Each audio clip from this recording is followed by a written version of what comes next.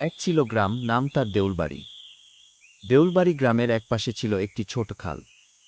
সেই খাল বয়ে গিয়ে পৌঁছে যেত পাশের গ্রামের পাটকেল পাড়ায়। খালের পানি ছিল শীতল, চকচকে আর মাছ ভরা। কিন্তু সমস্যা হলো, হঠাৎ করেই পানির প্রবাহ থেমে গেল এবং খাল একেবারে শুকিয়ে কাঠ হয়ে গেল। সবাই ভাবল নিশ্চয়ই উপরে কোথাও বাদ দেওয়া হয়েছে। সেই তদন্তে মাঠে নামে গ্রামের বুড়ো পাগল কেষ্টদা।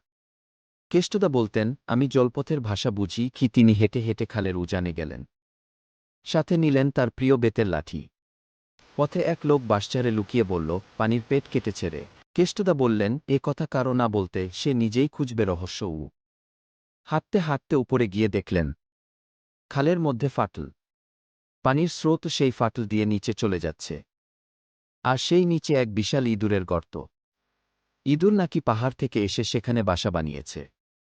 কিন্তু এত বড় ইঁদুর! কেষ্টদা হঠাৎ ভাবলেন, এ যে পানির চোর ইঁদুর। গ্রামের লোক বলল, সময় নষ্ট করো না গি। কেষ্টদা বললেন, চলো, ইঁদুর ধরতে হবে। সবাই বলল, কিভাবে ধরবে? কেষ্টদা বললেন, তাকে খাবারের লোভ দেখাতে হবে গি। পরদিন সবাই মিলে বানালো বিশাল এক খাঁচা, যাতে ইঁদুর ঢুকলে আটকে যায়। রাতের বেলায় রাখা হলো ফাঁদ। পরদিন সকালবেলা শুনি ইঁদুর ধরা পড়েছে। কিন্তু সে ইঁদুর দেখতে অদ্ভুত, এটি এক অদ্ভুত ইঁদুর।